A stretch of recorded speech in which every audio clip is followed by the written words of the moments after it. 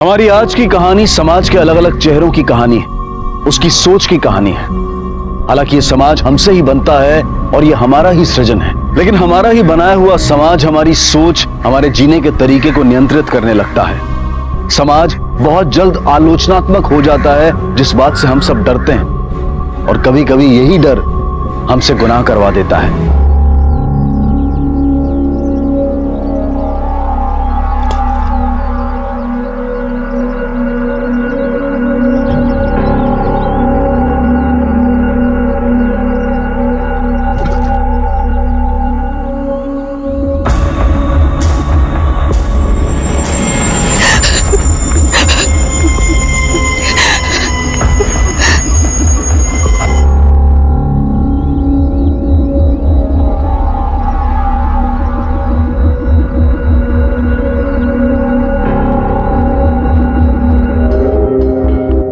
Madam जी, हमारा बच्चा खो गया है, हमको बड़े साहब से मिलना है।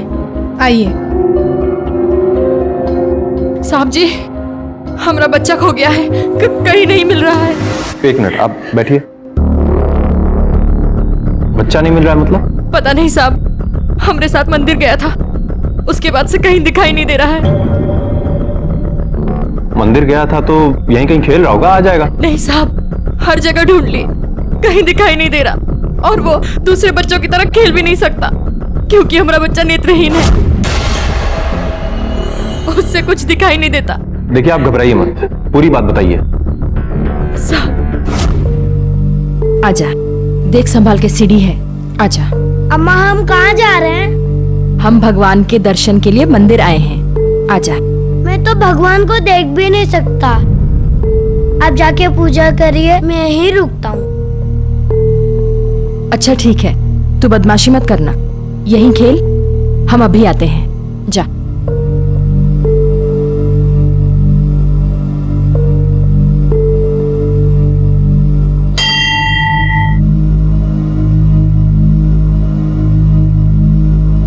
आइसक्रीम, आइसक्रीम वाला।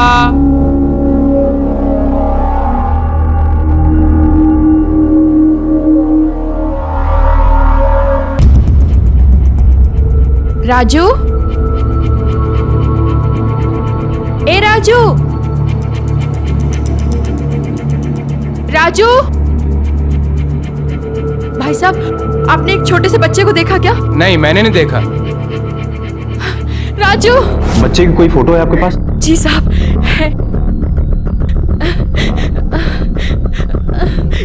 ये साहब,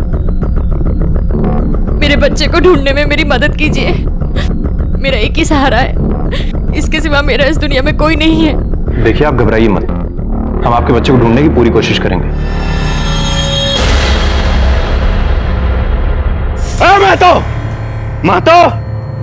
मैं तो घर से बाहर निकल साला, नहीं तो घर में घुस के मारेंगे तुमको। कौन है रे?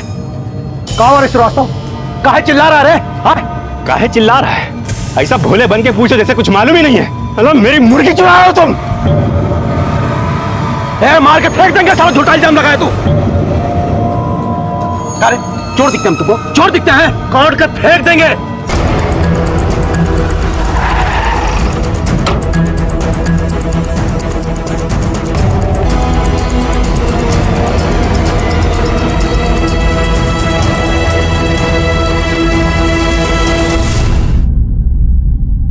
सर, मंदिर के आसपास, गांव में, हाईवे पर, हर जगह बच्चे को ढूंढा है, लेकिन बच्चा कहीं नहीं मिला सर। अमित, बच्चा नेत्रहीन है, आसानी से अगवा किया जा सकता है। सभी नाकों पर बच्चे की फोटो भिजवा दो, और ये चाइल्ड ट्रैफिकिंग से रिलेटेड जितने भी हिस्ट्री शीटर हैं, सब पर कड़ी नजर रखो। Okay sir.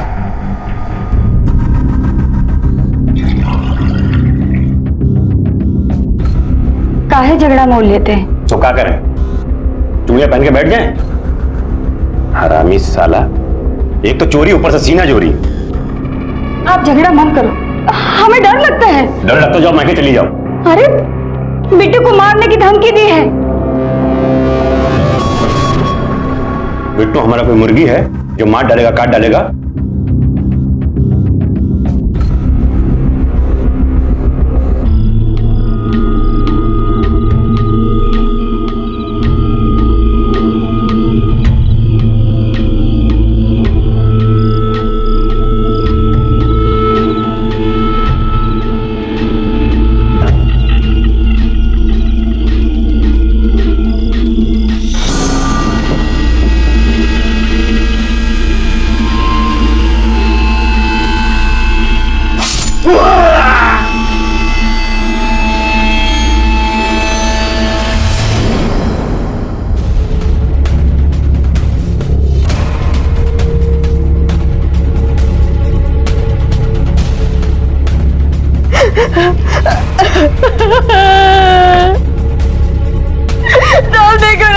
साहब देखो ना क्या कर दिया। आप लोग अपने अपने घर जाइए। रात को कितने बजे हुआ है? साहब हाथ पे गड़ासा चल गया। आप कह रहे हैं कि बखत देखते क्या हो रहा था। साहब हमारा तो सब कुछ बर्बाद कर दिया साहब, सब लूट लिया। रात को अच्छे खासे सो रहे थे, आके घड़ा से चला दिए। उसके बच्चे मर जाए, उसका खानदान चल जाए। किसकी बात कर रही हो? साहब पूरा गांव जानता है कि किसने किया है। वही है मातो। एक बार मेरा जख्म सूख जाए ना साहब, उसका दोनों हाथ लगा के तो नाम बदल देना मेरा। सर, इनके और इनके पड़ोसी मातों की पुरानी दुश्मनी है। पहले भी आपस में कई बार लड़ चुके हैं। देखो, हम अपनी तहकीकात कर रहे हैं, लेकिन इस बीच संयम रखो, वरना हाथ तो गया है, खुद भी जेल में जाओगे। मातो, मातो, क्या हुआ साहब? क्या हुआ? तलाशी लो इसके घर की। ओके सर, तुम लोग घर में जाओ। साहब क्या हुआ साहब? देखिए, कल जब रामजी भाई पे हमला हुआ उसमें हमारा कोनो हाथ नहीं है। कल तो गालियां देके बात कर रही थी, आज रामजी भाई हो गया। साहब वो कल थोड़ा गर्मा गर्मी हो गया था। पड़ोसी में हो जाता ना साहब कभी कभी। पड़ोसी एक दूसरे पर जानलेवा हमला भी नहीं करते। साहब देखिए, ये सच कह रहे हैं। कल रात को जब हमने चीख सुनी तो हम बाहर देखने गए और देखा कि रामजी भाई का हाथ कट गया था और खून बह रहा था। साहब तुमने उसे जान से मारने की धमकी दी थी? नहीं साहब, वो थोड़ा गुस्से में बोल गए थे हम। सर, ये देखिए, घर के पीछे रखा हुआ था। अरे साहब, एक कुल्हाड़ी से हाथ तो का छोटा डाली तक नहीं कटेगा, इसीलिए तो पिछवाड़े में पेड़ के पीछे पड़ा हुआ था। वो हम देख लेंगे, इसको जांच के लिए भेजो। Okay sir.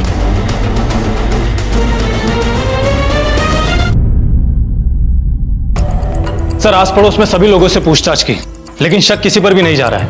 और इस मातो पे? सर, मातो और श्रीवास्तव में छोटी मोटी झड़प होती रहती है, लेकिन इससे पहले एक दूसरे की जान लेने की बात तो कभी नहीं हुई। या तो हो सकता है कि इस बार पानी सर से ऊपर चला गया हो और मातो ने बदला लेने की सोची हो। काट कर फेंक देंगे। उस मातो पे नजर रखो। Okay sir. मातो के घर से जो कुल्हाड़ी मिली थी उसकी फॉरेंसिक रिपोर्ट, कुल्हाड़ी पे तो कोई खून के निशान नहीं है। या तो फिर सवाल ये उठता है कि वो कटा हुआ हाथ गया कहाँ? जैसे श्रीवास्तव को मार लगी होगी वो चीखा होगा, उसके चीखने के बाद इतना वक्त देकर उसके कटे हुए हाथ को उठाने का रिस्क लेगा कौन? एक कटा हुआ हाथ लेकर के जाना थोड़ी अजीब सी बात। आसपास का पूरा इलाका छान मारो, मुजरिम ने हो सकता है कि वो हाथ कहीं ना कहीं तो फेंका होगा। ये कटा हुआ हाथ ही हमें उस वार करने वाले तक पहुंचा सकता है। Okay sir.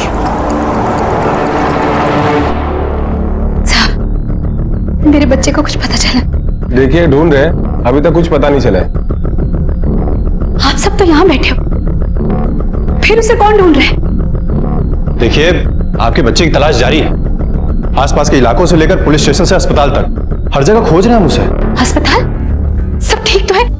कहीं मेरे बच्चे को कुछ? देखिए, आपके बेटे को कुछ नहीं हुआ है। प्लीज आप घर जाइए, हमें अपना काम करने दीजिए। जैसे कुछ पता चलेगा हम आपको बुलाएंगे।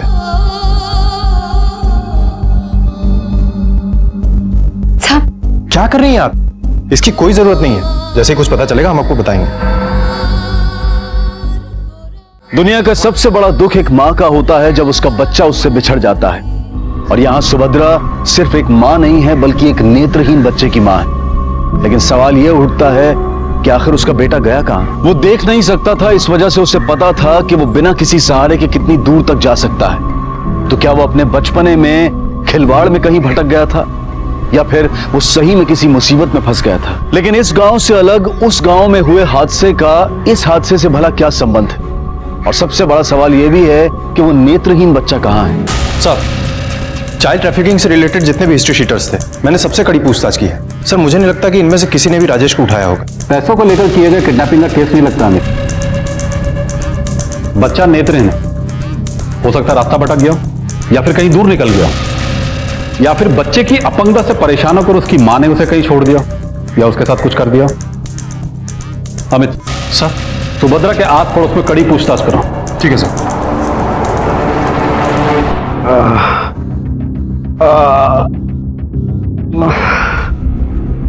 साले महतो के दोनों हाथ दोनों पैर न काटे तो कहना ना अंधेरे का फायदा उठा के वार किया है। क्या है बे? क्या देख रहा खड़े होके? झुक रही हो रही है?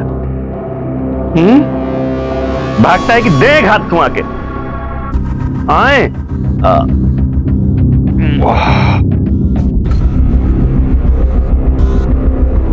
आराम से भाई, आराम से। बिट्टू, आज तुमने अपना होमवर्क किया है ना? देखना, आज सर तुम्हें इनाम देंगे। वो इनाम नहीं देते, वो छड़ी से मारते रहते, और इसलिए ना गौरी को भी स्कूल जाना अच्छा नहीं लगता। तुम लोग होमवर्क नहीं करोगे तो मार ही पड़ेगी ना। स्कूल नहीं जाओगे, पढ़ाई नहीं करोगे तो बड़े आदमी कैसे बनोगे? मुझे बड़ा आदमी नहीं बनना है। बड़ा आदमी है ना सिर्फ झगड़ा करते रहते। ऐसे नहीं कहते। Good morning madam. Good morning Bittu. पापा कैसे हैं तुम्हारे? हाथ कट गया उनका। टेंशन मत लो, वो जल्दी ठीक हो जाएंगे। कितने भी अच्छे हो जाए, हाथ तो नहीं आएगा ना वापस उनका। अच्छा वो हाथ कट गया। ऐसे नहीं कहते, पापा है वो तुम्हारे। तो कितना मारते हैं वो। अच्छा वो हाथ कट गया, अब मारेंगे तो नहीं ना। मैंने कहा ना ऐसे नहीं कहते। चलो। रोज का बहाना है। स्कूल नहीं जाएगी, स्कूल नहीं जाएगी तो क्या करेगी? ले चालू, लगा चालू। स्कूल नहीं जाएगी, स्कूल नहीं जाएगी। घूर क्या रही है? क्या घूर रही है? चप्पल उठाऊं क्या? अरे पागल हो गए हो क्या? कोई ऐसे मारता है लड़की को? तुम्हारे लाड़ प्यार ने बिगाड़ दिया इसको। अगर स्कूल नहीं गई ना, चमड़ी निकाल डालूंगा इसकी, याद रखना। रोते नहीं बेटा, पापा को गुस्सा आ जाता है ना, इसलिए। चलो अब स्कूल के लिए तैयार हो जाओ। दोनों बहुत ही लड़ते थे साहब। पहले तो बस गर्मा गर्मी होती थी, लेकिन पिछले 5-6 महीनों से हाथापाई पे उतर आए हैं साहब। अच्छा एक बात बताइए, मातो श्रीवास्तव की मुर्गियां चुराता है क्या? ये हम कैसे बताए साहब, पर उनके घर में मांस तो पकता ही रहता है। मातो की माली हालत कैसी है? अच्छी है साहब, उसके घर में मवेशी भी है, मुर्गी, बकरी, बैल, भैंस। सुभद्रा को कब से जानती हैं आप? सुभद्रा शादी करके इस गांव में आई तब से। अपने नेत्रहीन बच्चे से परेशान तो नहीं थे ना वो? नहीं साहब, वो तो बहुत प्यार करते थे अपना बच्चा से, पर सुभद्रा है बहुत बदनसीब। बदनसीब मतलब? मतलब क्या साहब, माँ बाप मर गए, फिर नेत्रहीन बच्चा पैदा हुआ, फिर पति मर गया, अकेले संभाला नहीं जा रहा था बच्चे को। संभाला नहीं जा रहा था मतलब कि एक तो बच्चा नेत्रहीन था, ऊपर से वो बहुत चंचल था, कभी यहाँ गिरता था कभी वहाँ गिरता था। सुभद्रा तो दिन रात उसके पीछे भागा करती थी। साहब सुभद्रा हमेशा एक ही बात कहती थी, पता नहीं हमारे बच्चे को किसका नजर लगी, अब जिंदगी भर भुगतेगा। अब कल को हम नहीं रहेंगे तो कौन देखभाल करेगा? इससे अच्छा तो मरा हुआ ही पैदा होता। मतलब वो बच्चे से बहुत परेशान थी, है ना? हाँ साहब, कई बार हमने उसको अकेले में रोते हुए देखा है।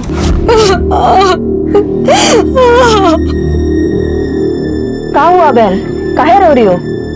अरे होना का था, आज गर्म पानी गिरा दी, जरा सी चूक हो जाती तो खुद भी जलता और हमको भी जलाता।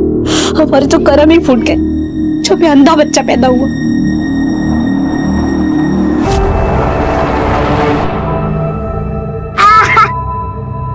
गौरी, कल तो स्कूल आने वाली है। आना तो पड़ेगा ना, बाबा से आज बहुत मार पड़ी है। मेरे बाबा तो मार भी नहीं सकते, उनका हाथ जो कटा है।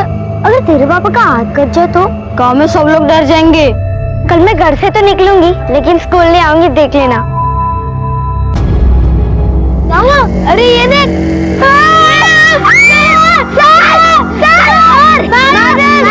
क्या हुआ? ये देखो। तुम अपने बच्चे से बहुत परेशान थी। परेशानी काहे की? शादी के 7 साल बाद उसका जन्म हुआ था। तुमने बताया कि तुम उसे मंदिर लेकर गई थी जी। और तुमने ये भी बताया कि तुम उसे कभी अकेला नहीं छोड़ती। जी नहीं। तो फिर जिस दिन वो गायब हुआ उस दिन तुमने उसे अकेला क्यों छोड़ा?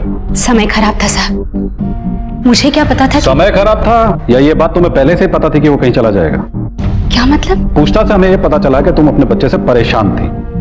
अगर वो तुम्हारी जिंदगी से निकल जाता तो तुम्हारी जिंदगी तो आसान हो जाती ना। उसके मेरी जिंदगी में ना रहने से मुझे कितनी तकलीफ हो रही है आप लोगों को दिखाई नहीं दे रहा है। आप लोग चाहे कुछ भी सोचो, लेकिन अगर मेरा बेटा आप लोगों ने वापस नहीं किया तो मैं यहीं पे पुलिस स्टेशन में अपनी जान दे दूंगी। अपने बच्चे की कसम खाकर कहती हूँ। स्कूल का कोना चेक करो, देखो कहीं कोई सुराग मिलता है क्या। Okay sir. सर कुछ दिनों पहले श्रीवास्तव जी का हाथ किसी ने काटा था, कहीं ये नहीं, ये वो बात नहीं है। पुराने कटे हुए हाथ पे चमड़ी सूख के हड्डी से गल जाती है, जबकि इस पे अभी भी खून के ट्रेसेस मौजूद हैं। और दूसरा ये देखने से लग रहा है किसी छोटे बच्चे का हाथ। आपके स्कूल में कोई वारदात हुई है क्या? नहीं सर, मेरी तो समझ में नहीं आ रहा कि ये सब क्या हो रहा है। यादव, इस हाथ को फॉरेंसिक के लिए भेजो, जरा पता करो आसपास में कहीं कोई बच्चा मिसिंग हुआ है क्या, या कोई एक्सीडेंट हुआ है क्या। सारे हॉस्पिटल्स चेक करो। हमें ये पता लगाना होगा कि ये हाथ किसका है और यहाँ कैसे है। ओके सर, मेरे ख्याल से हमें आज स्कूल बंद कर देना चाहिए। सर ज्यादातर बच्चों के पेरेंट्स तो उनको लेके भी चले गए। और मुझे भी अब नहीं लगता कि कोई भी अपने बच्चों को स्कूल भेजेगा। स्कूल में साफ सफाई कौन करता है? नंकू करता है सर, लेकिन वो कभी कभार आता है, कभी कभार नहीं आता। जाओ तो। जी सर, पूरा स्कूल छान मारा पर कहीं कुछ नहीं मिला। यादव, इस ननकू को बुलाओ और टीचर से पूछताछ करो कहीं दो बच्चों के बीच में लड़ाई तो नहीं हुई। Okay sir. साहब, ये ननकू। नमस्ते साहब। कल स्कूल क्यों नहीं गए थे? साहब मेरी तबीयत ठीक नहीं थी इसलिए मैं स्कूल नहीं गया था साहब। अच्छा एक बात बताओ, तुम्हें स्कूल के पास में कोई संदिग्ध बात नजर आई क्या पिछले 1-2 दिन में? या वहां कोई बच्चा घूम रहा हो जिसको तुमने देखा हो? नहीं साहब, स्कूल में तो मैंने ऐसा कोई नहीं देखा। हाँ साहब, लेकिन एक छोटा बच्चा देखा, शायद खो गया था, जैसे रास्ता ढूंढ रहा हो। कहाँ देखा? सब जंगल के बाजू से जो हाईवे का रोड जाता है ना, वहीं पे। सब मैं वहां पे जाता हूँ चाय पीने के लिए। और क्या देखा तुमने? उसके बाद फिर हम सर जा रहे थे तो देखा कि बच्चा वहां पे था नहीं। यादव, इसका स्टेटमेंट लो और बच्चे का स्केच बनाओ। ओके सर, चलिए।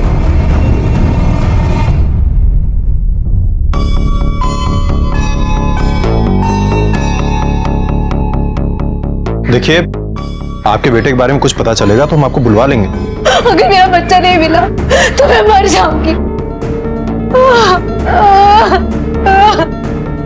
सर, फॉरेंसिक रिपोर्ट से पता चल रहा है कि काटा हुआ किसी मरे हुए आदमी का नहीं है बल्कि किसी जिंदा आदमी का है। हाथ किसी 8-10 साल के बच्चे का है। यादव, हो सकता है कि ये बच्चा अभी भी जिंदा हो। दुर्घटनाएं बढ़ती जा रही थी। बच्चे का गायब होना, परिवारों की लड़ाई, किसी एक के हाथ का कटना और किसी दूसरे हाथ का बरामद होना, वो भी एक ऐसे इंसान का जो शायद जिंदा था। पुलिस एक सवाल का जवाब ढूंढने की कोशिश करती तो एक नया सवाल खड़ा हो जाता। क्या वाकई इसारी गांव से गायब हुए बच्चे का सालेमपुर गांव में हो रही घटनाओं से कोई वास्ता था? और अगर हाँ, तो ऐसा कौन हो सकता था जो एक साथ कई वारदातों को अंजाम दे रहा था और उसी सफाई से पुलिस की आंखों में धूल भी झोंक रहा था?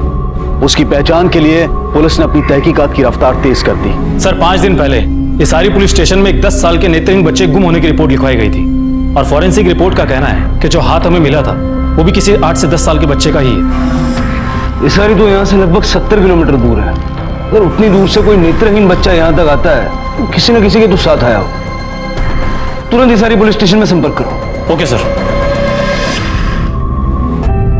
आज स्कूल में कोई नहीं आएगा, बस हम 3 लोग ही रहेंगे। मेरी मम्मी तो कह रही है कि आज स्कूल में सब लोग आएंगे। मेरे पापा तो जब देखो मुझे घर से भगाने के लिए डांटते रहते हैं। मेरे बाबू ने भी मुझे आज बहुत डांटा, हमको स्कूल नहीं जाना। तो नहीं जाते हैं ना? अगर घर में डांट पड़ी तो बताएंगे ही नहीं। लेकिन मेरी मम्मी तो स्कूल में ही रहेगी ना। अरे कह देंगे कि पेट पे दर्द हो रहा था इसलिए। लेकिन स्कूल जाएंगे नहीं तो जाएंगे कहाँ? स्कूल के पीछे जहाँ हम लोग खेलने जाते हैं। सिर्फ 9 स्टूडेंट आए। मेरा बेटा बिट्टू और गौरी वो भी रास्ते में ही है, बस आते ही होंगे। और बाकी सब लोगों के घर जाके मैंने समझाया, लेकिन सब लोग बहुत ज्यादा डरे हुए हैं। डर तो लगेगा ना मैडम, और यह हादसा कोई छोटा मोटा हादसा तो था नहीं, और पता नहीं वो हाथ कौन से बच्चे का था। ये भी हो सकता है कि वो जो कटा हुआ हाथ था वो उसी नेत्रहीन बच्चे का है जो इसारी गांव से लापता हुआ और उसकी मां भावनात्मक होने की वजह से उसकी पहचान नहीं कर पाई। जी हाँ सर, और ननकू के दिए विवरण पर जो स्केच बनवाया है वो उसी बच्चे का है। वो भी नेत्रहीन था, लेकिन उसकी मां ये सब मानने को तैयार नहीं है। सर, हाईवे से जो रास्ता जंगल की तरफ जाता है, हमने वहां पर अच्छी तरीके से छानबीन की है, लेकिन वहां भी कुछ नहीं मिला। फिर सवाल ये उठता है कि राजेश कहाँ है?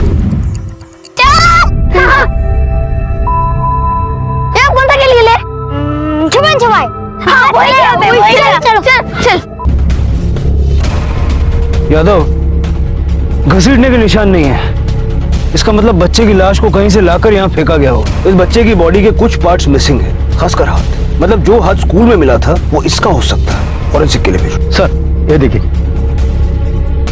लगता है बच्चे को इसी से बांध के रखा गया होगा। ये दोनों चीजें फॉरेंसिक में भेजो। Okay sir. बाकी के बॉडी पार्ट्स पोस्टमार्टम के लिए भेजो और वेरीफाई करो कि वो जो हाथ हमें मिला था वो इसी बच्चे का है या नहीं। Okay sir. यादव, एक नेत्रहीन बच्चे को मारने के पीछे किसी का क्या मोटिव हो सकता है? कोई जमीन वमीन का चक्कर? नहीं सर, जमीन का तो कोई चक्कर नहीं है, क्योंकि हमें मिली इन्फॉर्मेशन के मुताबिक ये गरीब है। ये सारी पुलिस का तो यहाँ तक कहना है कि इस बच्चे गायब होने में कहीं इसकी माँ का तो हाथ नहीं है। सुभद्रा? लेकिन वो ऐसा क्यों करे? सर उनका कहना है कि सुभद्रा अपने बच्चे का बोझ नहीं उठा पा रही थी। बच्चे के नेत्रहीन होने से 24 घंटों ख्याल रखती थी। और सर ऊपर से गांव में से कोई भी इस बच्चे को नाम से नहीं बुलाता था, सब के सब अंधा ही कह के बुलाते थे। यादव, लोग जुर्म होने के बाद बड़ी बड़ी बातें करते हैं और अपनी मानसिकता बदलने के लिए तैयार नहीं होते। हो सकता है मुजरिम कोई और हो, मोटिव कुछ और हो। ये जमीन किसकी है? सर श्रीवास्तव के दामाद की। श्रीवास्तव? वही जिसका हाथ कट गया था? हाँ सर, उसके दामाद राधे की। राधे?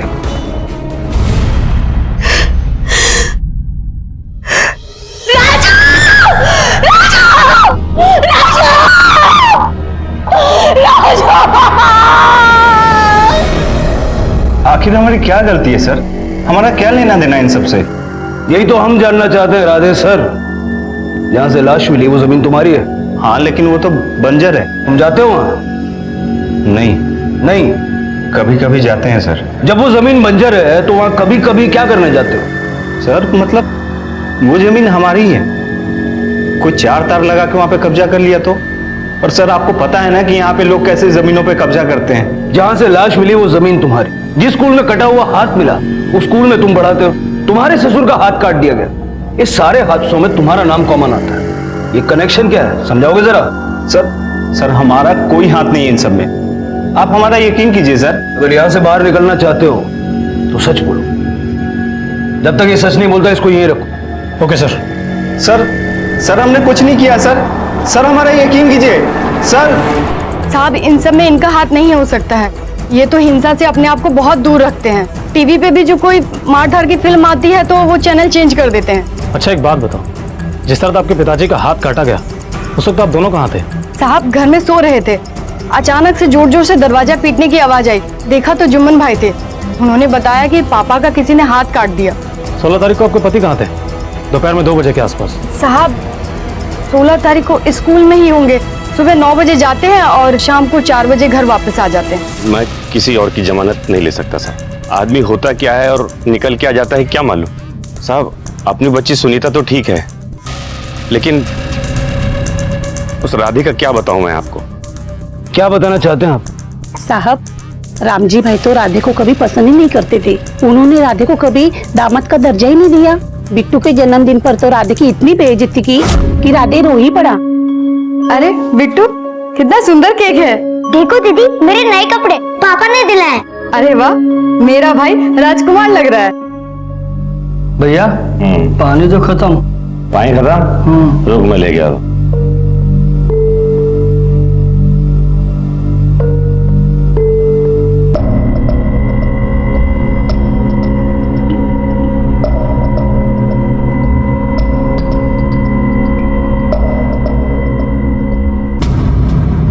यहाँ क्या कर रहे हैं ऐसे चोरों की तरह? कुछ नहीं बाबूजी, वो पीछे हाथ में क्या छिपा रहे हैं? कुछ नहीं है। दिखाइए हमको क्या लिए। कह रहे हैं ना, दिखा कुछ नहीं बाबूजी। दिखा दो।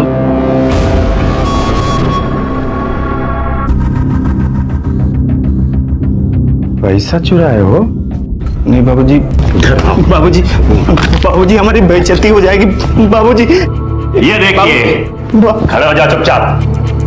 अध्यापक हैं, हमारी पैंट से पैसे चुरा रहे थे।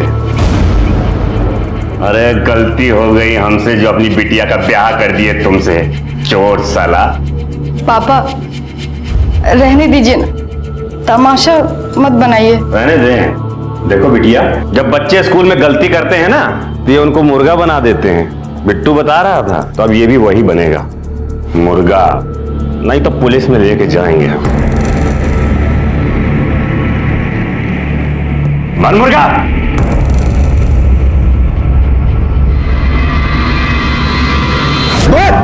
सर हाँ सर, वो पैसे हम नहीं चुराए थे क्योंकि हमको पैसों की बहुत जरूरत थी। बाबूजी से मांगते तो देते जरूर, लेकिन इतनी बातें सुना के देते कि बहुत बेइज्जती महसूस होती। इसलिए तूने पैसे चुराने की कोशिश की और बेइज्जती का बदला लेने के लिए उसका हाथ काट दिया? नहीं सर, हमने ऐसा कुछ नहीं किया है। चुप! ये बता बच्चे को क्यों मारा? सर हम किसी बच्चे को नहीं मारे। इसकी क्लास लगा दे रहे हो जब तक ये सच नहीं उगलता। सर हमारी बात मानिए सर। एक आदमी पकड़ा गया, उसने मेरे बेटे का खून कबूला किया। देखिए पुलिस उससे पूछताछ कर रही है, अगर उसने जुर्म किया होगा तो वो कबूल भी लेगा। तो ठीक है, जब तक मेरे बेटे का कातिल नहीं मिल जाता मैं यही रहूंगी, यही पुलिस स्टेशन के सामने अनशन पर बैठूंगी। और मेरे बेटे को जब तक न्याय नहीं मिल जाता तब तक ना मैं कुछ खाऊंगी और ना पानी का एक बूंद पीऊंगी। सर, राधे के बारे में पूछताछ करने पर एक अजीब सी बात सामने आई है। 5 साल पहले उस पर एक स्टूडेंट से छेड़छाड़ करने की कंप्लेंट दर्ज हुई थी, जो बाद में उस बच्चे के माँ बाप ने वापस ले ली थी। नेत्रहीन राजेश की बॉडी स्कूल टीचर राधे की जमीन से बरामद हुई थी, इसलिए वो इस केस का सबसे पहला संदिग्ध बना। पुलिस उससे हर जानकारी जुटाने की कोशिश कर रही थी। क्या वाकई राधे का इस केस से कोई ताल्लुक था? क्या उसी ने राजेश की हत्या और श्रीवास्तव का हाथ काटा था? इन सभी सवालों के जवाब पुलिस राधे से जानना चाहती थी।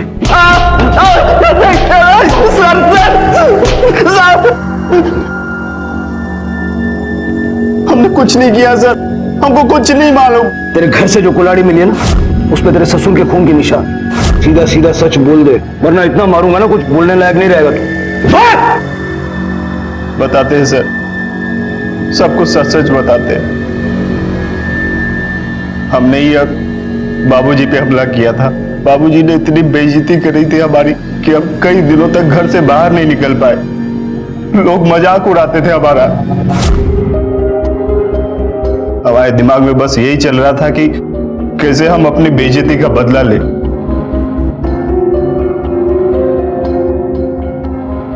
मेरे लिए मेरे पति की इज्जत से बढ़कर कुछ नहीं। उस दिन जब बाबूजी और महतो में लड़ाई हुई तो हमको मौका मिल गया साहब।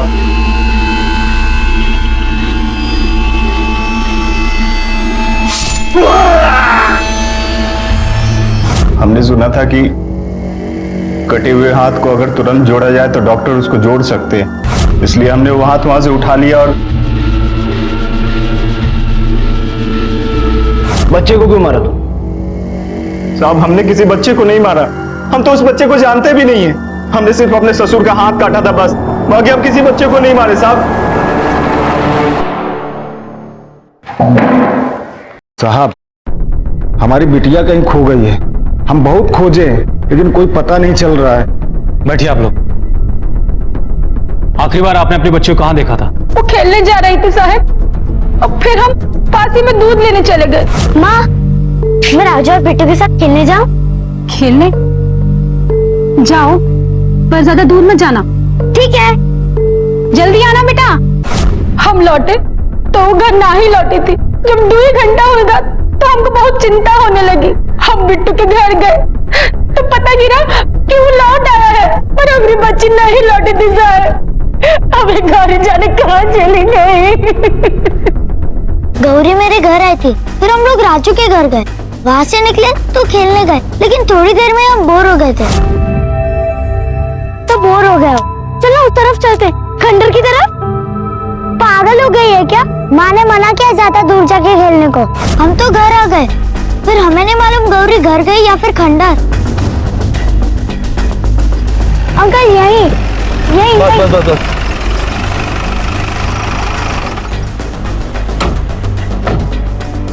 अंकल यही हम लोग खेल रहे थे, फिर मैं घर चला गया। बेटा खंडर कहाँ है? उस तरफ। आप इसे ले जाइए। सर, खंडर जाने के लिए शॉर्टकट रास्ता है। अगर गौरी उधर गई होगी तो उसी रास्ते से गई होगी। चल।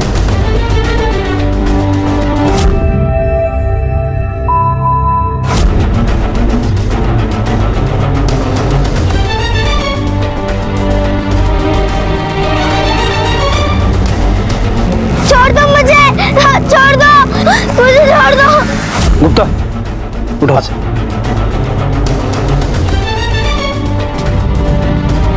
गुप्ता हाँ सर।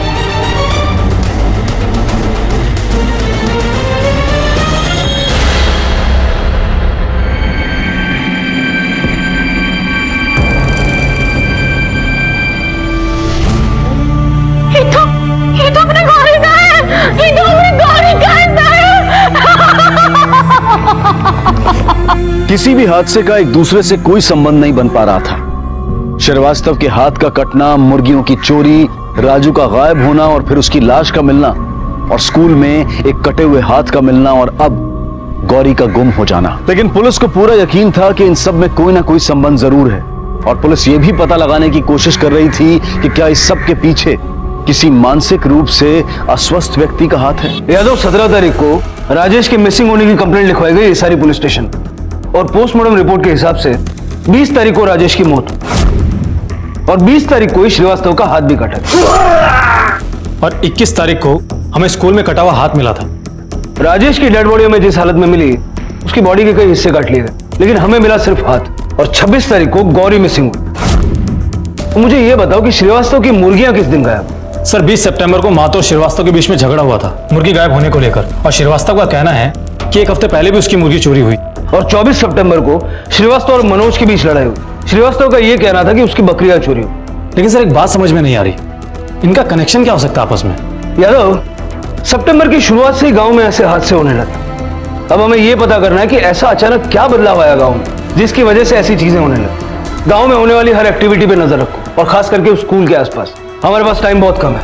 अगर गौरी जिंदा है तो उसकी जान को खतरा है। हमें जल्द से जल्द गौरी तक पहुंचना होगा। Yes sir. अचानक से सालेमपुर गांव में हादसों पर हादसे होने लगे थे। पुलिस गौरी की तलाश कर रही थी। आखिर कहां थी गौरी, किसके पास थी और किस हाल में थी, जिंदा भी थी या नहीं? पुलिस ने किसी भी तरह की कसर नहीं छोड़ी थी। पुलिस गांव में सब पर नजर रख रही थी, और इसी बीच पुलिस को गौरी की लाश मिली।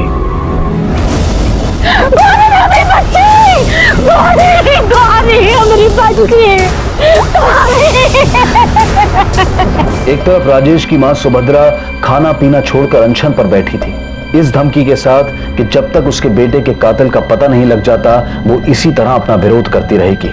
दूसरी तरफ गांव वालों का पुलिस के प्रति रोष बढ़ रहा था, और उन्होंने चौकी का घेराव कर लिया। पुलिस प्रशासन हाय हाय, पुलिस प्रशासन हाय हाय, पुलिस प्रशासन हाय हाय, पुलिस प्रशासन हाय हाय, पुलिस प्रशासन हाय हाय, पुलिस प्रशासन हाय हाय। क्या हो रहा है सब? देखिए, हमारे गांव में बहुत दहशत फैली हुई है। हम उनको बताएंगे क्या हो रहा है। हम लोग बहुत परेशानी झेल रहे हैं अपने गांव में। क्या हुआ साहब? हम भी वही पूछ रहे हैं कि क्या हुआ। हमारे गांव में पहले मवेशी गायब हो रहे थे, अब छोटे छोटे बच्चे गायब हो रहे हैं, और आप लोग हाथ पे हाथ धरे बैठे कुछ कर नहीं रहे हैं। ये सब कुछ जो हो रहा है ना, ये तुम में से ही कोई एक कर रहा है, और हो सकता है कि इस वक्त वो तुम्हारे साथ यहाँ नारे लगाने भी आया हो। इसलिए अगर अपने बच्चों की सलामती चाहते हो ना, तो चुपचाप पुलिस का साथ दो और अपने आसपास नजर रखो। चलो अब जाओ। बातें बनाने से काम नहीं चलेगा, हमको कार्रवाई चाहिए। एक बार बोला ना जाइए। बाहर निकालो इनको। चलो चलो निकलो।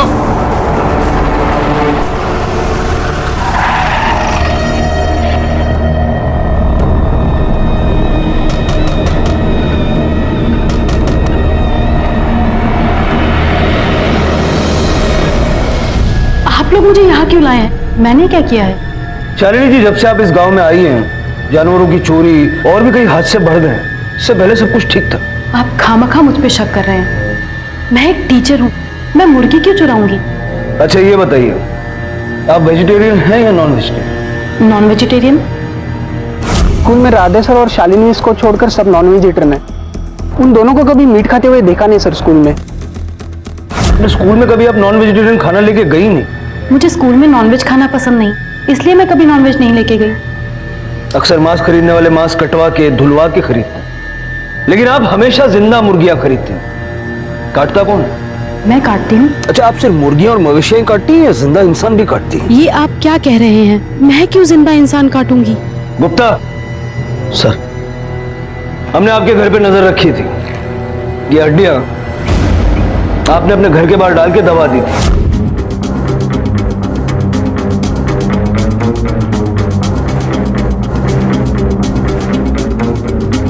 उन हड्डियों को जब हमने टेस्ट के लिए भेजा तो पता चला कि इसमें कुछ इंसानी हड्डियां भी हैं, बच्चे की उंगलियों की हड्डियां। अब सीधा सीधा सच बताओगी या अपना तरीका अपना है? मुझे पता ही नहीं लगा कि कब उसे खून और मांस अच्छा लगने लगा। मुझे लगा कि दीपू को नॉनवेज पसंद है, जबकि मैं पूरी वेजिटेरियन हूँ। फिर भी मैं उसके लिए मार्केट से नॉनवेज डिशेस लाती थी, पर उसने नहीं खाया। जल्द ही मेरी समझ में आ गया कि दीपू को मांस खाने में कोई इंटरेस्ट नहीं है, उसे मांस कटाते हुए देखना अच्छा लगता है। फिर अचानक एक दिन मैं घर आई और मैंने देखा कि दीपू एक मुर्गी को पकड़े हुए है और उसे बड़ी बेरहमी से काट रहा है और उसके हाथ में खून लगा हुआ है। मैंने बहुत डांटा दीपू को, बहुत गुस्सा किया। उसने खाना पीना छोड़ दिया मुझे लगा मुझे अगर अपने बच्चे को बचाना है तो उसके इस अजीब शौक के लिए उसे जानवर देना ही पड़ेगा। मैं हर रोज उसके लिए कसाई की दुकान से एक जिंदा मुर्गी लाती। फिर उस दिन मैंने स्कूल में वो कटा हुआ हाथ देखा तो मैं समझ गई कि ये दीपू ने किया। और मैंने दीपू से पूछा तो उसने मुझे बताया कि उसने एक छोटे से बच्चे के हाथ में खरोंच से खून निकलता हुआ देखा और वो उसके पीछे चला गया। उसने उसको मार दिया। फिर मैंने उस बच्चे को जंगल में ही काट दिया। सर, एक दिन मैं स्कूल गई हुई थी। पीछे से बिट्टू और गौरी आए खेलने के लिए, बुलाने के लिए दीपू को घर आए, पर दीपू ने मना कर दिया। उसके बाद गौरी को अकेला देखकर दीपू ने गौरी का पीछा किया और उसे भी मार दिया। छोड़ दो मुझे, छोड़ दो मुझे, छोड़ दो। मैं समझ गई थी कि मेरा बेटा नॉर्मल नहीं है। अगर मैं उसकी जरूरत पूरी नहीं करूंगी तो वो अपनी जरूरत के लिए कुछ भी करेगा और फिर लोग उसे पागल, पता नहीं क्या क्या बोलेंगे और कोई नहीं समझता कि वो बीमार है और वो पकड़ा जाता। आप तो एक शिक्षिका है ना, दूसरों को ज्ञान देती हैं, उसके बावजूद ये मानसिकता। अपने बच्चे को बचाने के चक्कर में आपने दूसरों के मासूम बच्चों को जान से मार दी और एक तरह से अपने बच्चे को अनाथ कर दिया। मां हमेशा ही अपने बच्चे के लिए कुछ भी कर गुजरती है, ये उसकी ममता का स्वभाव है। शालिनी ने भी जो कुछ किया वो अपने बच्चे के लिए ही किया, वरना शायद उसके बच्चे को पागल घोषित कर दिया जाता। अपने बच्चे की मानसिक स्थिति को छुपाने के लिए उसने दीपू के अपराधों को छुपाने की पूरी कोशिश की। अगर सच में शालिनी अपने बच्चे का भला चाहती थी तो उसे उसका इलाज करवाना चाहिए था। क्या इस गलत सोच की जिम्मेदार सिर्फ वो मां शालिनी है या फिर हम सब भी हैं? क्या हमारा ये समाज बड़े आराम से शालिनी के बच्चे की बीमारी को स्वीकार कर लेता? उन दोनों बच्चों के लिए जितनी शालिनी जिम्मेदार है उतना ही जिम्मेदार है हमारा ये समाज, जिसके डर की वजह से उसने ये गलत कदम उठाया। इसी विचार के साथ अब मैं अनूप सोनी आपसे विदा लेता हूं। फिर मुलाकात होगी अगले एपिसोड में एक और चौंका देने वाले केस के साथ। तब तक अपना और अपने परिवार का ख्याल रखें और देखते रहें क्राइम पेट्रोल डायल 100। सबक एक को, सीख हम सबको। जय हिंद।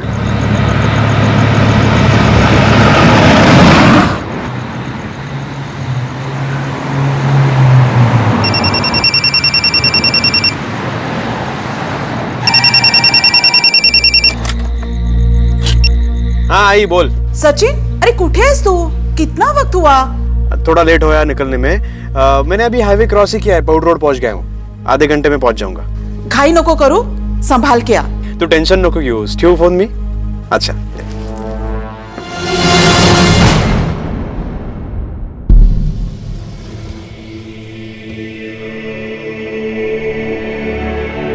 आप जिस नंबर को डायल कर रहे हैं वो क्या इस झालं? समय स्विच ऑफ है।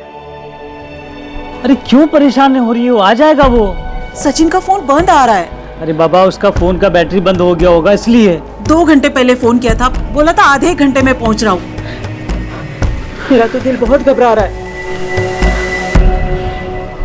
नमस्कार, आदाब।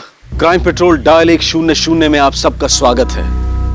हमारे जीवन का हर दिन जिंदगी की आपाधापी में कब निकल जाता है पता ही नहीं चलता। वक्त की सुई अपनी रफ्तार से आगे तो बढ़ती जाती है, लेकिन अपने पीछे कई बार कुछ ऐसे घाव छोड़ जाती है जो वक्त के साथ और गहरे हो जाते हैं। कहते हैं कि हर किसी को अपने अतीत को भुलाकर आज में जीना चाहिए और अपने कल के बारे में सोचना चाहिए। लेकिन अगर किसी का अतीत उसके आज में शामिल होकर उसके कल को बर्बाद कर दे तो। हेलो। ओहो, छोकरे को उठा लिया है। आपको कितना टाइम लगेगा आने में? सुरेंद्र। कौन? सुरेंद्र। राजेंद्र? हाँ सुरेंद्र। काय झालं? वो सचिन नांदेड़ गया था एक डिलीवरी के लिए। हाँ। अभी तक आया नहीं है। तू येतो का माझे बरोबर? हाँ, शांत रहा तो मैं 1-2 मिनट में आ रहा हूँ। उसको चल के देखते हैं। बस शर्ट पहन के आ रहा हूँ मैं अभी। ठहरो। कोई जरूरत नहीं कहीं जाने की। आज दोस्त की याद आ गई। अरे नैना कब बस। हाँ, दिमाग खराब होगा तुम्हारा? ये टाइम है इसे बात करने का? वैसे भी वो लोग टेंशन में है। हाँ काय झालं? माहितीये नहीं रे, तो सचिन घरी चाला नहीं, मर गया होगा ना तो अच्छा होगा।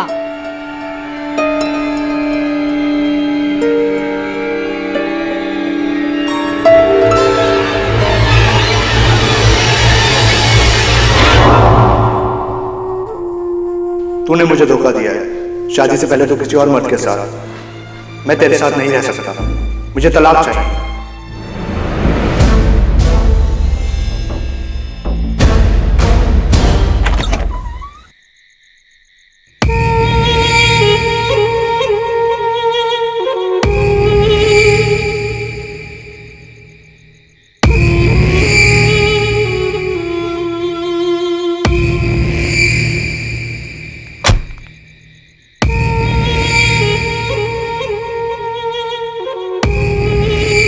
सचिन की काफी देर पहले फोन पर अपनी मां से बात हुई थी। नांदेड़ से वापस लौटते वक्त उसके साथ जो कुछ भी हुआ था उसके घर वाले उससे बेखबर थे। पर यह विद्या कौन थी? उसका इस कहानी से क्या लेना देना था? राजेंद्र और सुरेंद्र सचिन की तलाश में निकल चुके थे। अरे राजेंद्र, एक मिनट गाड़ी थामो। सचिन से तो गाड़ी नहीं है। राजेंद्र, ये तो सचिन की गाड़ी है। सचिन, सचिन, सचिन, वो राजेंद्र, हाँ, इकडे ये देख।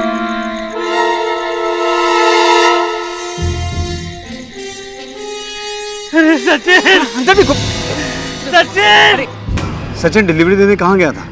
वो नांदेड़ के पानगिरी गांव में गया था। यार, हाँ,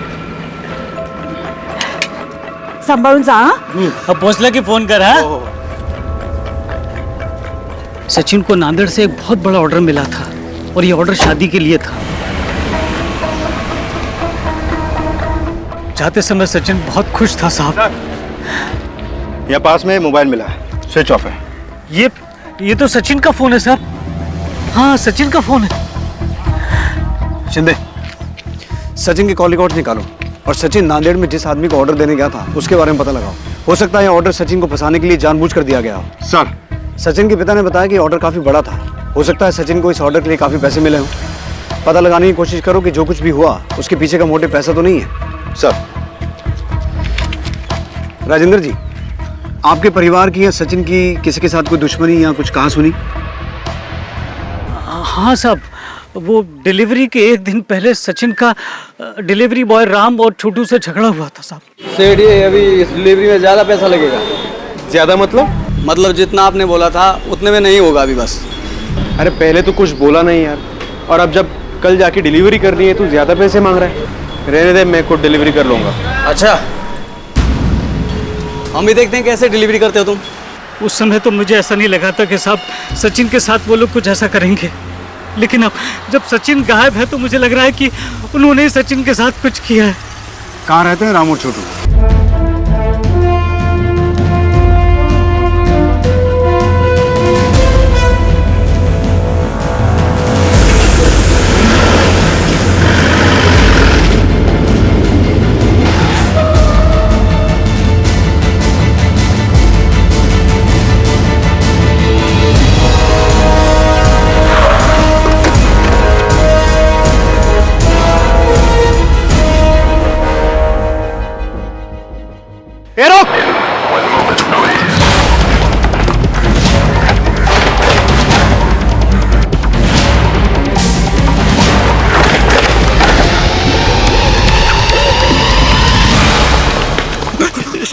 साहब, हमने कुछ नहीं किया साहब। सब हमने कुछ नहीं किया साहब।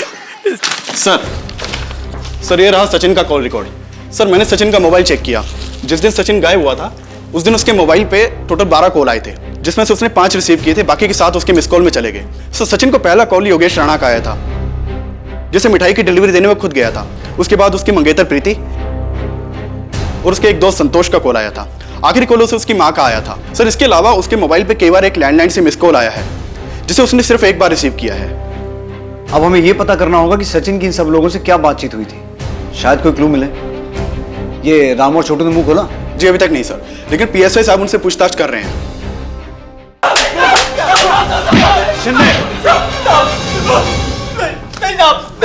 कहाँ है सचिन? क्या किया उसके साथ? हमको कुछ नहीं पता साहब। सेठ कहाँ पे? हमने कुछ नहीं किया साहब। कुछ नहीं किया तो भागे क्यों? क्योंकि एक दिन पहले सेठ से बहस हो गई थी हमारी। हमें लगा कि आप लोग हम पे शक करेंगे, हम डर गए थे साहब। जब तक ये सच ना बोले अच्छे से खातिरदारी करो इनकी। सर, मिठाई की डिलीवरी कब तक मिलेगी ये जानने के लिए मैंने सचिन को कॉल किया था, और कुछ नहीं सर। हाँ सर, मैंने सचिन को कॉल किया था। हम दोनों कॉलेज से दोस्त हैं। उसका मैसेज आया था कि वो नांदेड़ आ रहा है कुछ डिलीवरी के लिए, तो हमने यहाँ मिलने का प्लान किया। हम दोनों काफ़ी समय से मिले भी नहीं थे। बाद में उसको कुछ लेट हुआ तो उसने प्लान कैंसिल किया सर। सर मैंने तो उसे इसलिए फ़ोन किया था ताकि वो खाना खा ले। काम के आगे खाने का ध्यान नहीं रहता था उसे। सर मुझे तो लगता है। क्या लगता है आपको? मुझे लगता है कि इन सब के पीछे रूपाली का हाथ हो सकता है। रूपाली? रूपाली सचिन के पापा के दोस्त सुरेंद्र जी की बेटी है। सचिन को पसंद करती है वो। रूपाली की माँ ने तो बवाल ही खड़ा कर दिया था। सचिन ने बताया था मुझे कि रूपाली कोई ना कोई ड्रामा जरूर करेगी, इसलिए हमने सचिन के कमरे में एक कैमरा फिट कर दिया था। सबने देखा उसका वीडियो, सबने थूका रूपाली पे।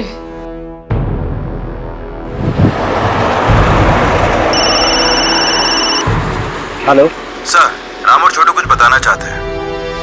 हम लोग राजेश सेठ की बातों में आ गए थे साहब। उन्होंने हमको भड़काया और बोला कि सचिन भाव का धंधा अच्छा चल रहा है और पगार बढ़ाने को बोलो। राजेश सेठ का धंधा अच्छा नहीं चल रहा था साहब, इसलिए वो सचिन सेठ से चलते थे। आराम से आराम से आराम से। क्या रे सचिन, राणे का ऑर्डर पहले मुझे मिला था, तूने मेरे कस्टमर पे हाथ क्यों डाला? मैं क्यों किसी पे हाथ डालूंगा भाई? और राणे सेठ ने मुझे पहले ऑनलाइन ऑर्डर दिया है। तू पूछ ना राणे सेठ को, पूछ कि तेरी घटिया मिठाई के ऑर्डर को छोड़ के उन्होंने मेरी टॉप क्लास मिठाई की ऑर्डर क्यों दी, पूछ उनको। अरे धंधे में आके 2 दिन नहीं हुए तुझे और हवा में उड़ने लगा है तू। ऑनलाइन खेलेगा मेरे साथ तू? अभी इंजीनियर है ना तू, वहीं जाके खेलना ये सब। यहाँ मेरा धंधा क्यों चौपट कर रहा है तू? देख राजेश, ये तीखा तेवर ना मिठाई बेचने वाले को सूट नहीं करता। तू भी शुरू करना ऑनलाइन बिजनेस, तुझे किसने रोका है? देख मला खूप उशीर होतोय, बहुत बड़ी ऑर्डर है, मुझे काम करने दे। देखता हूँ मैं अब तुझे। राजेश सेठ ने हमको भड़काया कि हम ज्यादा पैसे की डिमांड करें। हम उनकी बातों में आगे साहब, लेकिन सचिन सेठ ने हमको नौकरी से निकाल दिया साहब। बस इतनी सी बात है साहब। फिलहाल इन दोनों को जाने दो, लेकिन नजर रखना। सर शिंदे, सचिन के कॉल लॉग में जो लैंडलाइन से मिस कॉल्स थे उसके बारे में कुछ पता चला? हाँ सर, वो कॉल्स कैसे पीसीओ से किए गए थे, लेकिन किसने किए वो आइडेंटिफाई नहीं हो पाया। लेकिन शिंदे, इस केस को क्रैक करने के लिए हमें कोई ना कोई लीड तो चाहिए। राम और छोटू के हिसाब से राजेश सचिन से जलता था, और वहीं दूसरी तरफ राजेश की बहन रूपाली किसी भी तरीके सचिन को हासिल करना चाहती थी। इस हिसाब से इन दोनों भाई बहन के पास मोटिव तो है सचिन को किडनैप करने का। कहीं सारे कांड में इन दोनों का हाथ तो नहीं है? हाँ सर, मैंने सचिन को धमकी जरूर दी थी और हम दोनों में थोड़ी गर्मागर्मी भी हुई थी, लेकिन इसका मतलब ये नहीं है सर कि इतनी छोटी सी बात के लिए मैं उसका किडनैप कर लूँ। सर वो बेंगलोर में इंजीनियर था, वहीं जाके नौकरी करता। मुझे तो लगा था इसके पापा भी दुकान बंद करके उसी के पास चले जाएंगे, लेकिन उल्टा वो यहाँ आया और वो ऑनलाइन करके पूरे कस्टमर खींच लिए और मेरा धंधा चौपट कर दिया सर। इसीलिए मैंने उसका धंधा चौपट करने के लिए राम और छोटू को उकसाया। लेकिन आई शपथ, खरं सांगतो सर, मैंने उसका किडनैप नहीं किया है। जी सर, मैं सचिन को बहुत पसंद करती थी, पर पता नहीं उसे उस प्रीति में क्या दिखता था जो सचिन ने उससे एंगेजमेंट कर ली। और मैंने सोचा कि शादी से पहले एक आखिरी बार ट्राई कर लूँ, पर सर उसने मुझे कहीं का नहीं छोड़ा और उसके बाद से मैंने सचिन से कभी बात भी नहीं की।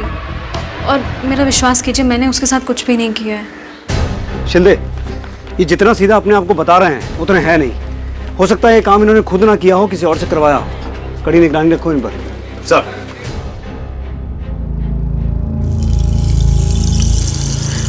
हमारा सचिन मिल जाएगा ना?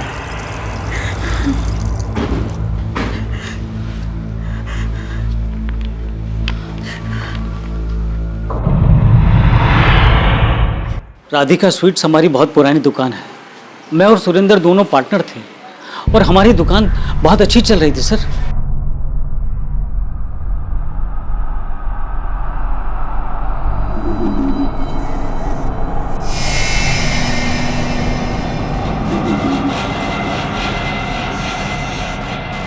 सब कुछ अच्छा चल रहा था सर, लेकिन सुरेंद्र की बीवी नैना के भड़काने के बाद सुरेंद्र ने अपना हिस्सा अलग कर लिया और हमारी दुकान के पास एक नई दुकान खोली, न्यू राधिका स्वीट्स के नाम से।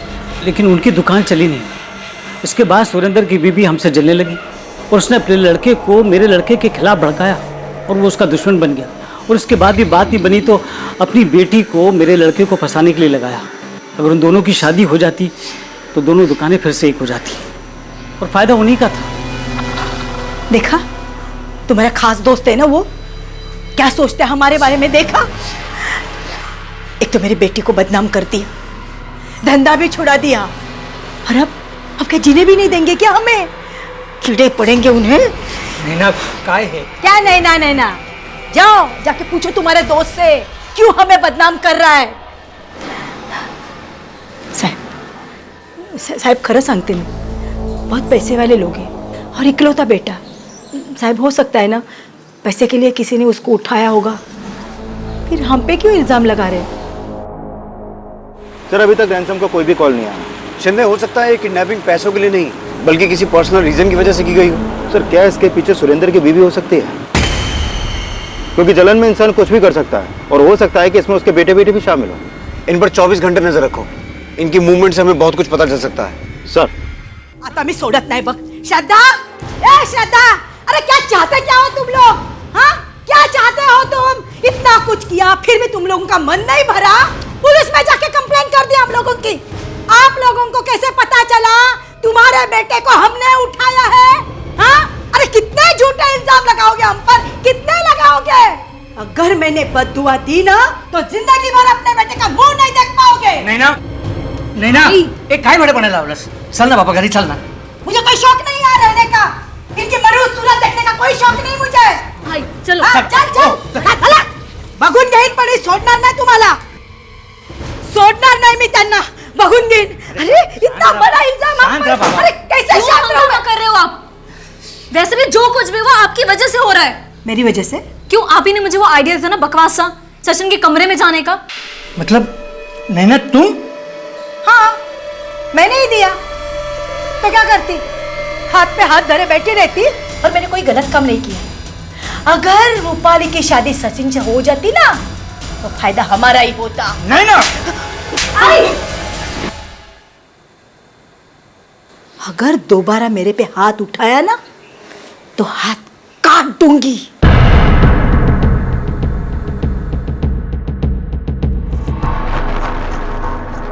आई एम सॉरी विद्या जी, मैं आपको एलिमनी नहीं दिला पाया।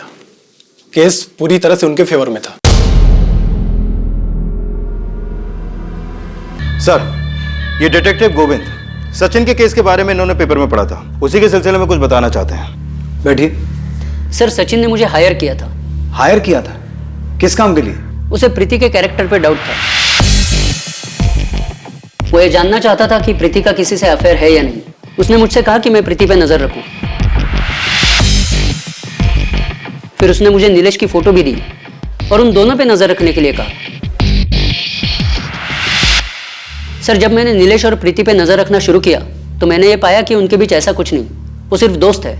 ये बात मैंने सचिन को भी बताई, लेकिन पता नहीं क्यों वो ये मानने के लिए तैयार ही नहीं था। फिर उसने मुझे प्रीति की पास्ट की डिटेल्स निकालने को कहा। पास्ट में प्रीति के कई सारे बॉयफ्रेंड्स रह चुके थे। प्रीति के पास में जितने भी बॉयफ्रेंड्स थे उनमें से कोई ऐसा भी है जिसके साथ प्रीति का? सर मुझे तो ऐसे कुछ सबूत नहीं मिले। मुझे प्रीति के बारे में जो भी डिटेल्स मिली मैंने वो सारी सचिन को दे दी।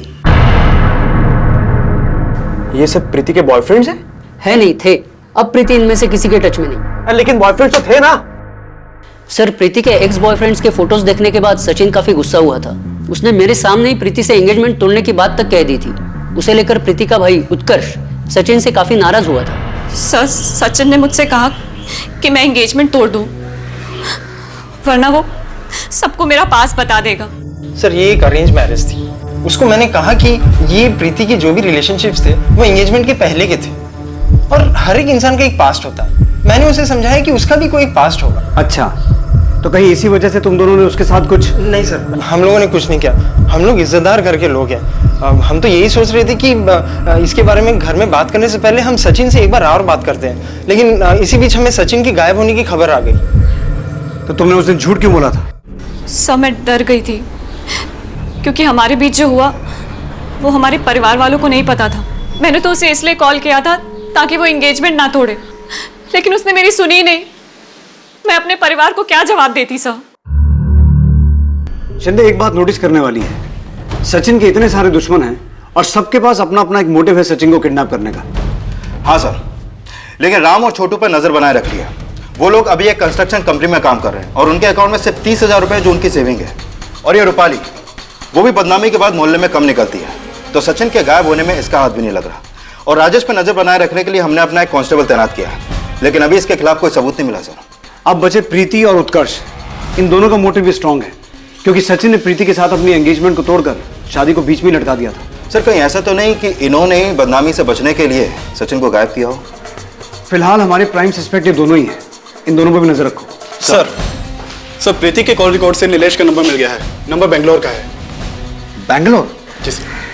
ये सचिन भी पहले बैंगलोर में जॉब करता था ना? कहीं नीलेश, सचिन और प्रीति के तार बैंगलोर से तो नहीं जुड़े हैं? सचिन को आखिर क्यों किसी ने इस तरह से बंदी बनाकर रखा था, और जो लड़की उसके साथ कमरे में बंद थी, आखिर वो कौन थी? इस केस में पुलिस को अब तक यह समझ में नहीं आ रहा था कि सचिन की किडनैपिंग कौन कर सकता है और क्यों। और उसी दौरान बैंगलोर में सचिन के पुराने दफ्तर से पुलिस को कुछ ऐसी बातें पता चली जिससे उनका नजरिया ही बदल गया। सर, सचिन हमारे ही ऑफिस में काम करता था। तो सचिन ने यहां से जॉब छोड़ी क्यों? छोड़ी नहीं सर, हमें उसे निकालना पड़ा। निकालना पड़ा? क्यों? सर एक्चुअली सचिन का हमारे ऑफिस में काम करने वाली फीमेल स्टाफ के प्रति बर्ताव ठीक नहीं था। सर, हमारे ऑफिस में काम करने वाली फीमेल स्टाफ ने उसके अगेंस्ट में कंप्लेंट की थी। जब हमने इंटरनल इंक्वायरी की तो हमें पता लगा कि ये बात सही है, इसीलिए हमें सचिन को निकालना पड़ा।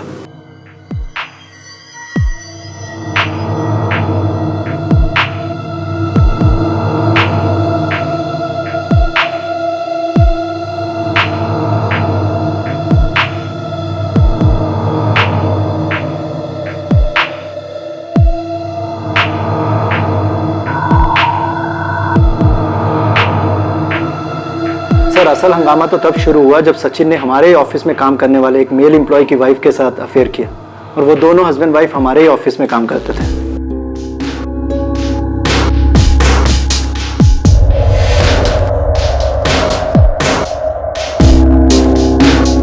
सचिन!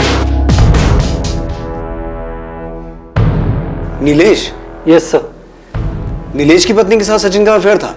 Yes sir. आपके पास नीलेश की फोटो तो होगी? Yes sir. Just a minute sir. Shinde, वो फोटो देना जो उस डिटेक्टिव ने दी थी। सर। सर, नीलेश।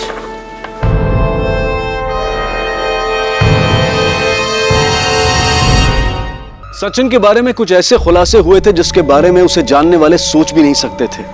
जहां सचिन को कैद करके रखा गया था, वो वहां से निकलने की भरपूर कोशिश कर रहा था। और जो लड़की उसके साथ कैद में थी, क्या वो सचिन को जानती थी? क्या सचिन की इस किडनैपिंग के पीछे कुछ ऐसे राज छिपे थे जिनका खुलना अभी बाकी था? हाँ सर, ये कॉल्स मैंने ही किए थे, और इसलिए क्योंकि सचिन ने काम ही ऐसा किया था। अपने घर वालों के सामने तो एकदम महात्मा बनकर रहता है, लेकिन असल में बहुत नीच और घटिया आदमी। सर, मैंने उसे अपना दोस्त समझा था, लेकिन उसने मेरी बीवी के साथ ही अफेयर कर लिया, जिसके बाद मेरा डिवोर्स हो गया। लेकिन तुमने अभी तक ये नहीं बताया कि तुम सचिन को इतने कॉल्स क्यों करते थे? तसल्ली मिलती थी सर। जब जब मुझे ये बात याद आती थी कि उसकी वजह से मेरा डिवोर्स हुआ है, तब तब मैं उसे फोन करके गाली देता था। और जब उसने मेरा फोन उठाना बंद कर दिया तो मैं दूसरे नंबर से उसे कॉल करने लगा। अच्छा लगता था, 2 मिनट के लिए सही, लेकिन उसे कॉल करके गाली देने में तसल्ली मिलती थी सर। और प्रीति? प्रीति से क्यों मिलते थे? सर, प्रीति तो बस एक मोहरा थी। मुझे सोशल मीडिया के जरिए पता चला कि वो प्रीति से शादी करने वाला है। मैंने प्रीति का पीछा करना शुरू किया और जल्द ही वो मेरी अच्छी दोस्त बन गई। फिर मैंने अपनी और प्रीति की मीटिंग की फोटो सचिन को भेजी, लेकिन सर मैंने प्रीति के साथ कुछ गलत नहीं किया, और ना ही वो मेरे प्लान के बारे में जानती थी। मैं तो उसे सिर्फ एक मोहरे की तरह यूज कर रहा था ताकि मैं सचिन को दुख पहुंचा सकूं, उसे तकलीफ दे सकूं। सर, मैंने नीलेश का पूरा कॉल रिकॉर्ड क्रॉस चेक किया। कॉल रिकॉर्ड के हिसाब से तो वो क्लीन है, और बेंगलोर पुलिस को भी मैंने नीलेश पर नजर रखने के लिए बोल दिया है। शिंदे, इस सचिन का कैरेक्टर बड़ा अजीब निकला। एक ही वक्त पे दोहरी जिंदगी जी रहा था। एक तरफ तो अपनी मंगेतर प्रीति पे शक कर रहा था, और दूसरी तरफ अपने बहुत सारे अफेयर चला के बैठा था। जिस आदमी का अपनी दोस्त की बीवी के साथ चक्कर हो सकता है, सोचो उसने अपने पास्ट में क्या क्या गुल खिलाए होंगे। हो सकता है सचिन की किडनैपिंग का कनेक्शन उसके पास से हो। मुझे लगता है हमें सचिन के पास को अच्छे से खंगालना चाहिए, और इसकी शुरुआत उसके कॉलेज से करता है। सचिन के कॉलेज से पुलिस को कई चौंका देने वाली बातें पता चली, जो शायद सचिन के आज को बर्बाद कर रही थी। कॉलेज में सचिन के कई लड़कियों के साथ अफेयर थे और वहीं पुलिस को संध्या के बारे में पता चला, जिसके साथ सचिन ने तो कॉलेज में मजाक मस्ती में अफेयर किया था, लेकिन यही अफेयर संध्या की जिंदगी में तबाही बनकर आया था। संध्या सचिन को लेकर काफी सीरियस थी। पुलिस ने संध्या के बारे में पूछताछ की तो उन्हें पता चला कि संध्या के पिता फूल बेचने का काम करते थे। सर दुकान लॉक्ड है।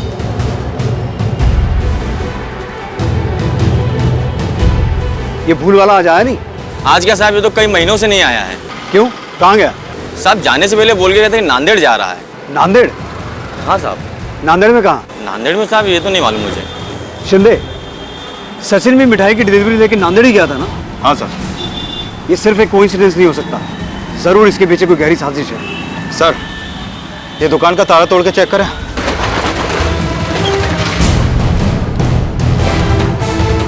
अच्छे से चेक करो, जल्दी। सर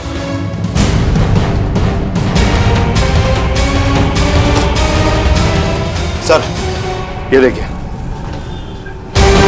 ये फोटो सभी पुलिस स्टेशन में भेजो।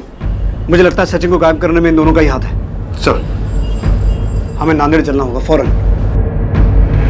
कदम साहब, आसपास पता करवाइए, शायद किसी ने कुछ देखा हो। जी। और इसकी बॉडी पोस्टमार्टम के लिए भिजवाइए। जी। कदम साहब, हमें इन दोनों की तलाश है। हमारी इंफॉर्मेशन के हिसाब से ये दोनों नांदेड़ में ही रहते हैं। इस आदमी को तो मैं जानता हूँ।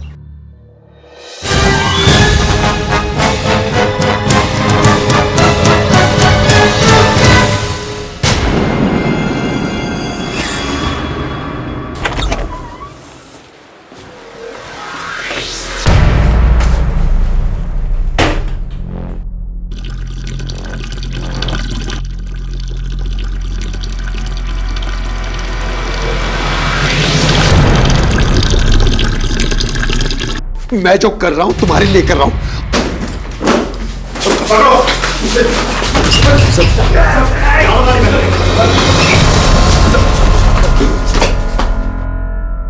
सचिन से क्या दुश्मनी थी तुम्हारी? उसे किडनैप क्यों किया? नफरत करता हूं मैं उस लड़के के नाम से। हैवान था वो, जिंदगी खराब कर दी उसने मेरी बेटी की। उसके चक्कर में मेरी बेटी पागल हो गई साहब।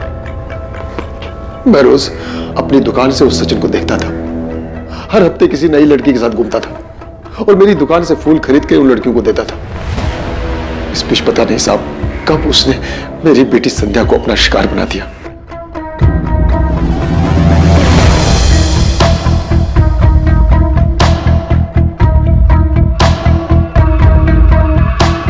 अरे काका, आप यहाँ फूल बेच रहे हो, वो आपकी इज्जत पे माला चढ़ा रहा है। क्या हुआ?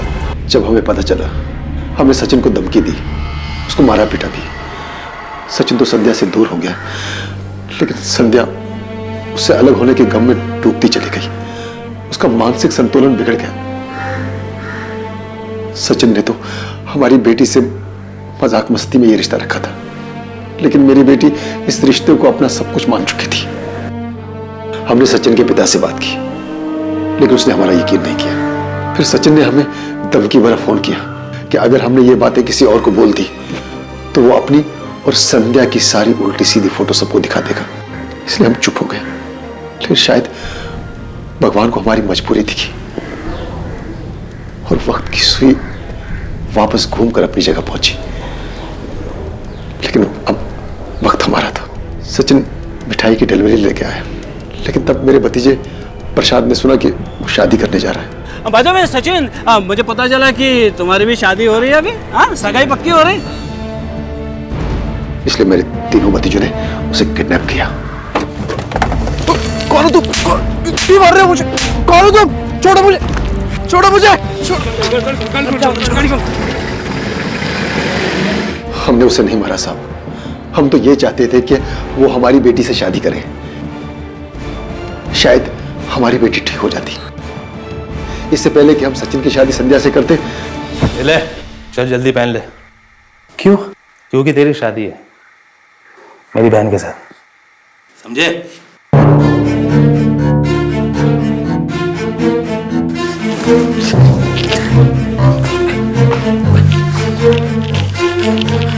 नहीं करूंगा मैं तुझसे शादी। इससे अच्छे कि मैं तुम्हें जान लूंगा। शादी नहीं करूंगा तुझसे, मैं नहीं करूंगा शादी। तुम जाओ यहाँ से। जाओ तो तुम जाओ।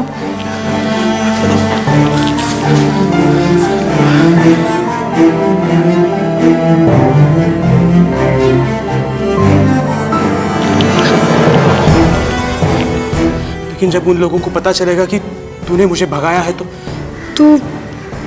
वो लोग मुझे मार देंगे और क्या। उसके बाद वो कहाँ गया मुझे नहीं पता साहब, लेकिन हमने उसे नहीं मारा है साहब। आखिरकार इस बात का खुलासा हुआ कि सचिन के अतीत का वो कौन सा राज था जो उसके आज पर भारी पड़ रहा था। लेकिन अगर संध्या के पिता की माने तो उन्होंने सचिन का खून नहीं किया था। पुलिस के सामने अब बड़ा सवाल यह था कि आखिर सचिन को किसने मारा और क्यों मारा। अखबार में इस हत्या के बारे में पढ़कर पुलिस के सामने एक ऐसा शख्स आया जिसने इस केस की दिशा ही बदल दी है।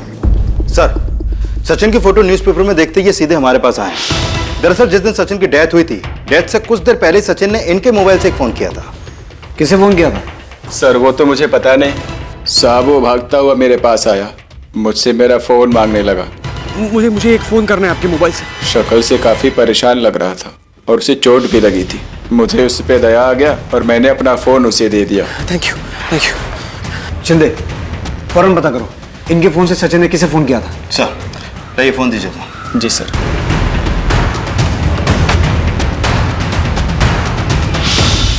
पुलिस, संतोष कहाँ है? वो तो यहाँ नहीं है सर। लेकिन हुआ क्या है सर? हमें एक मर्डर के सिलसिले में उससे बात करनी है।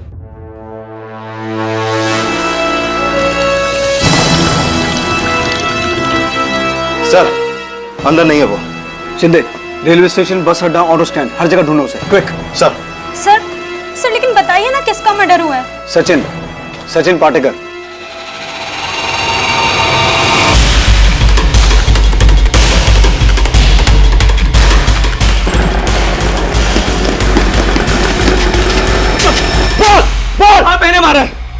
मैंने मारा सचिन को। क्यों मारा? सचिन मेरे भाई संतोष का दोस्त था। वो अक्सर भाई के साथ घर आता था। मुझे सचिन अच्छा लगता था और धीरे धीरे मुझे उससे प्यार हो गया। हालांकि मैं जानती थी कि उसका बहुत लड़कियों के साथ अफेयर है और उसने मुझे प्रॉमिस किया कि वो मेरे बाद किसी और लड़की के पास नहीं जाएगा। उसके बाद मैं प्रेग्नेंट हो गई। ये बात मैंने सचिन को बताई तो मुझे लगा वो मुझसे शादी कर लेगा, लेकिन वो तो मुझे छोड़ के चला गया। मैं बहुत डर गई थी सर, इसलिए मैंने चुपचाप अबॉर्शन करा लिया। ये बात मेरे अलावा कोई नहीं जानता था और फिर मेरी शादी हो गई। मेरे पति और सचिन एक ही कंपनी में काम करते थे। दोनों में अच्छी दोस्ती थी और सचिन को तो आदत थी अपने पुराने अफेयर्स के बारे में अपने दोस्तों के सामने डींगे हाँकने की। सचिन ने बिना जाने मेरे पति को मेरी प्रेगनेंसी की बात बता दी, जिससे नाराज होकर मेरे पति ने मुझसे डिवोर्स ले लिया और ये बात मैंने अपने भाई को बता दी। दिमाग खराब हो गया था मेरा जब मुझे ये पता चला। मैं उसे उसी दिन मार देना चाहता था जब वो नांदेड़ आया था। बाद में मुझे पता चला कि वो किडनैप हो गया है और एक दिन एक अननोन नंबर से उसने मुझे फोन किया।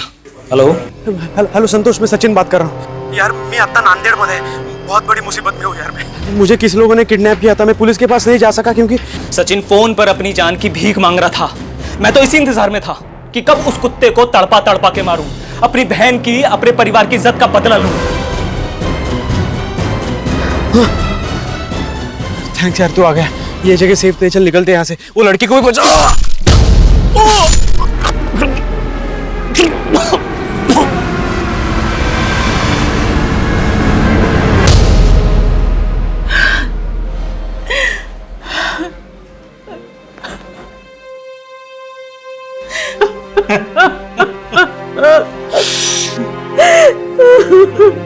आपने कई बार ये सुना होगा, जैसी करनी वैसी भरनी। आज का ये केस इस कहावत को सच साबित करता है। आज सचिन तो जिंदा नहीं है, लेकिन उसकी वजह से न जाने कितनी जिंदगियां बर्बाद हो गई। भले ही सचिन का खून संतोष ने किया हो, पर राजेंद्र, संध्या, विद्या और शारदा, इन सब के विश्वास का खून सचिन ने कई बार किया था। सचिन के एक मजाक ने संध्या की जिंदगी बर्बाद कर दी। वो आज भी पूरी तरह से दिमागी तौर पर ठीक नहीं हो पाई है। जरूरत है कि हम अपने नजरिए को बदलें और रिश्तों की कदर करना सीखें। जिस दिन हमारा नजरिया बदलेगा उस दिन हमारा देश बदलेगा। इसी विचार के साथ अब मैं अनूप सोनी आपसे विदा लेता हूं। फिर मुलाकात होगी अगले एपिसोड में एक और चौंका देने वाले केस के साथ। तब तक अपना और अपने परिवार का ख्याल रखें और देखते रहें क्राइम पेट्रोल डायल 100। सबक एक को सीख हम सबको। जय हिंद। इस तरह के और भी एपिसोड देखने के लिए हमारे चैनल को सब्सक्राइब करें और बेल आइकन दबाना ना भूलें।